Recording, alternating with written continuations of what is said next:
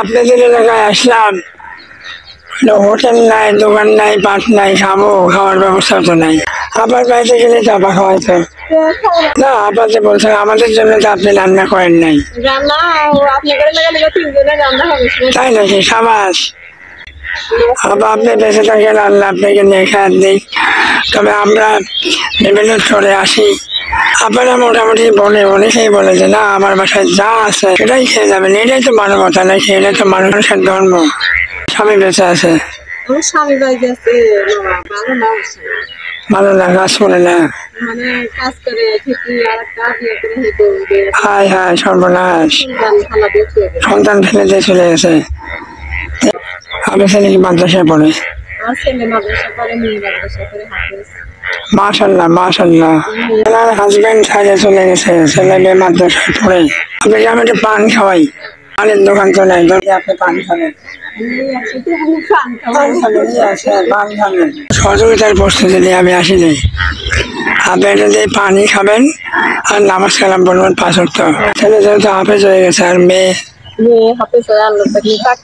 চাকরি করতেছে। কোন মাদ্রাসায়? ও, সে মাদ্রাসা কোথায়? মাশাল্লাহ। এই যে কিন্তু 9,000 গ্রামে দেখলাম এই ঘুরে নিয়ে চলে যাচ্ছে হাটে। ঠিক আছে, আবার আপনি ভালো থাকেন। যেহেতু আপনার স্বামী ভালো পান নাই, দোয়া করি যে আপনি ভালো একটা বেটার বউ পান। আপনার ছেলে তো বিয়ে করে নাই। দুনিয়াতে মানুষের অর্থবিত্ত মেইন না, যে দুনিয়াতে শান্তি মতো চাই নিয়ে থাকা যায়, এর থেকে শান্তি আর নাই।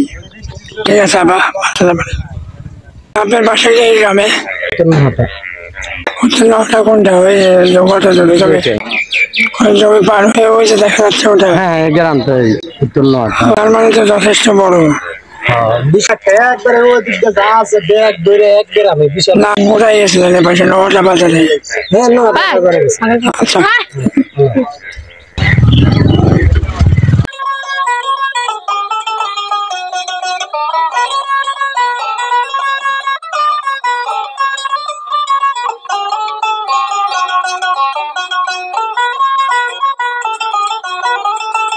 ভাই বিশাল পাতিল কি এটা?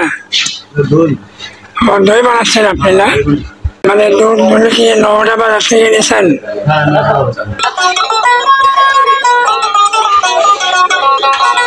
ভাতের হোটেল নাই ভাই, ভাতের হোটেল নেই। ভাবছিলাম যে একটা অন্তত দোকান পাবো যে রুটি মুটি বানাবে, ভাতের দোকান তো নেই।